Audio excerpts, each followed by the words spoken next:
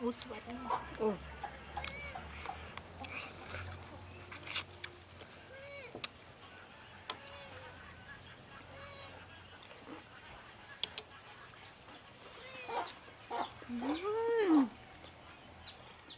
Ai đẹp từng óc nia, một nhom phơi một từng óc nia.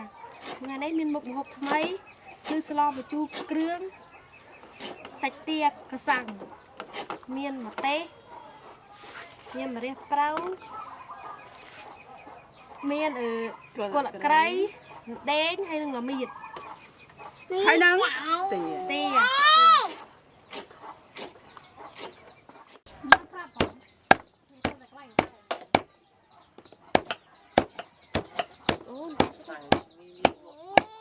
Cái sao không nên mình chờ tinh đi hỏi một cái này hình tụi con tụi con kèn ơi thế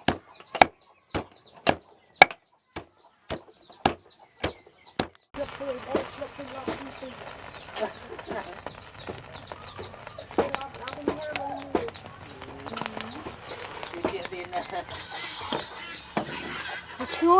chui bọ như này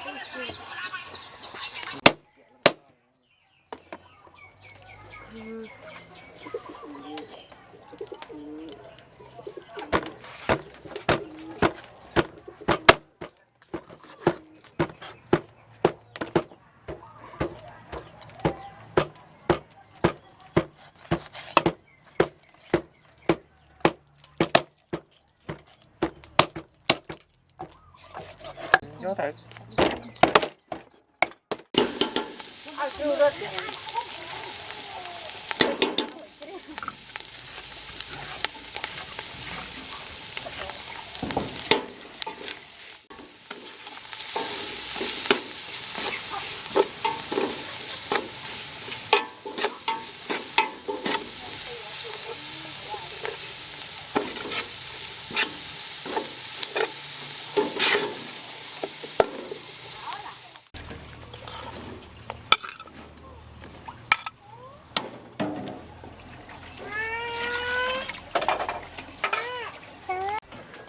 đâyนี่ទាំងអស់គ្នាឥឡូវយើងមកភ្លក់មុខម្ហូបថ្មីរបស់យើងគឺ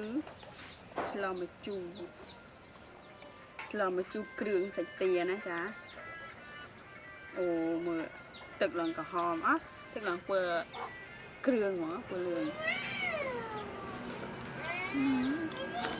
ឆ្ងាញ់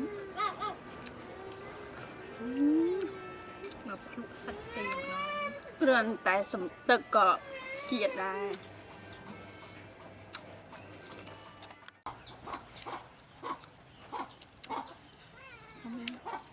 អរគុណអ្នកនរគ្នាសម្រាប់ការតាមដានទស្សនាវីដេអូនេះរហូតដល់ចប់ជាចុងក្រោយកុំភ្លេចជួយ Subscribe ហើយ Like និង Share វីដេអូនេះមួយផងណាបាយបាយ